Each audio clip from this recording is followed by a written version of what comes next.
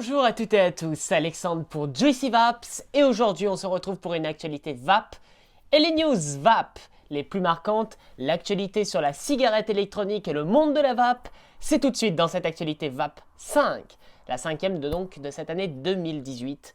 Bien évidemment, 4 news sont au programme dans cette actualité vape. Et j'ai oublié ma cigarette électronique à l'intérieur. Et ben malheureusement, je ne pourrai pas vaper pendant toute la durée de la vidéo. En news numéro 1 de cette actualité vape, en Europe, 89% des répondants ne veulent pas de taxes ou de vapotax. La Commission européenne a reçu 11 410 réponses cet été à sa consultation publique sur les taxes tabac, où elle propose d'inclure les produits du vapotage à l'intérieur de cette taxe tabac. Selon une analyse statistique, la réponse est claire. 88,9% des répondants estiment que la vape n'est pas un produit du tabac et qu'elle n'a rien à voir avec cela. Donc, elle n'a pas à être soumise à la surtaxation comme telle. En news numéro 2, on va parler de Belgique, outrée de voir son fils de 13 ans qui a pu acheter une e-cigarette. Elle était cachée sous son lit. Geneviève est tombée des nues quand elle a trouvé une cigarette électronique en rangeant la chambre de son fils, il y a quelques jours. Quentin, 13 ans, a pu acheter une cigarette électronique sans aucune vérification. Une e-cigarette, soit un appareil produisant de la vapeur, destiné à être inhalé. La vente de ce produit, même sans nicotine, est pourtant interdite en Belgique aux mineurs de moins de 16 ans. Je tiens à affirmer quelque chose, il y a énormément de personnes dans le monde, en France ou dans n'importe quel pays, où il y a une interdiction pour les mineurs pour des cigarettes traditionnelles et il n'y a pas de scandale comme ceci. Donc je n'arrive pas à comprendre aujourd'hui pourquoi un jeune de 14 ans qui va acheter un paquet de cigarettes en bureau de tabac, là il n'y a pas de news dans les informations, dans les journaux.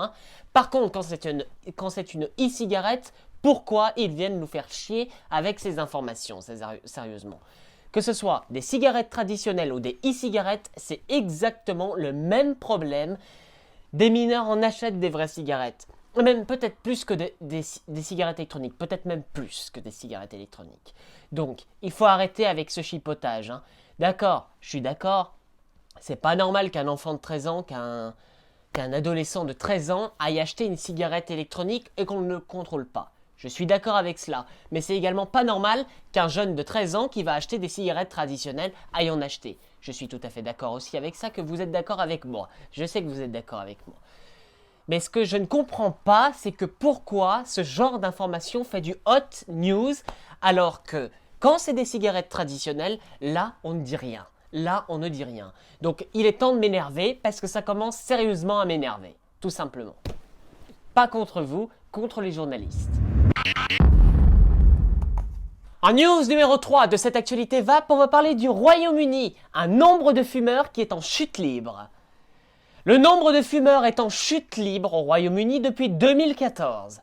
Le Public Health England a estimé que seulement une personne sur 10 fumera dans 5 ans. Et une chose est sûre, la vape y est pour quelque chose. En news numéro 4 et en ultime news de cette actualité vape, on va faire une infobatch, elle était obligatoire dans l'actualité vape. La Reload Skunk 136 watts de chez Reload Vapor.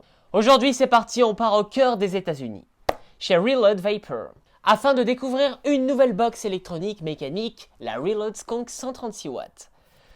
On connaît surtout Reload Vapor pour ses atomiseurs de grande qualité. Mais aujourd'hui, c'est une box américaine pur sang dont on va parler. Du format rectangulaire et entièrement conçu en aluminium anodisé, le logo Reload est gravé sur la façade. Je ne sais pas si c'est gravé ou marqué au laser, j'en sais rien, j'ai pas encore bien analysé tout ça. Sur la façade principale, on retrouvera le switch qui tombe parfaitement sous le pouce lors de l'utilisation et une LED qui vous indiquera l'autonomie restante ainsi que les problèmes détectés. Elle fonctionne avec deux accus 18650 qui s'installent par le bas de la box, une puissance maximum de 136 watts et de multiples protections afin d'assurer une vape totalement sûre. On parlait d'une box bottom feeder, donc BF, qui est donc équipée d'une connexion 510 BF et sera livrée avec un flacon de skunk en silicone d'une contenance de 9 ml, presque une fiole. Alors les finitions, comme je vous l'ai dit, c'est de l'aluminium anodisé, les dimensions sont inconnues pour le moment. Le type de box, c'est électronique, mécanique bottom feeder. L'énergie, c'est 2 AQ 18650. Le mode, c'est puissance variable mécanique. La puissance maximum est de 136 watts. Le voltage de sortie est de 3,3 à 4,2 volts. La plage de résistance est de 0,1 à 3 ohms. Le contenant, donc c'est un flacon de skunk en silicone de 9 mm avec un top cap en acier. La LED, c'est une contrôle d'autonomie restante. USB pour le rechargement, connexion 510 BF en plaqué or et le coloris uniquement en noir. Voilà pour cette actualité VAP et ces news VAP les plus marquantes. J'espère que vous avez aimé cette actualité VAP. Si c'est le cas, je vous invite à lâcher un énorme pouce bleu dans la barre des pouces bleus. N'oubliez pas que vous pouvez nous suivre sur Facebook, Instagram et Snapchat.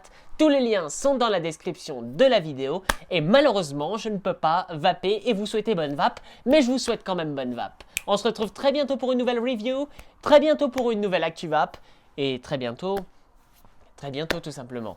Bon allez, tchuss, la bonne vape à tous et on se voit très bientôt. Salut!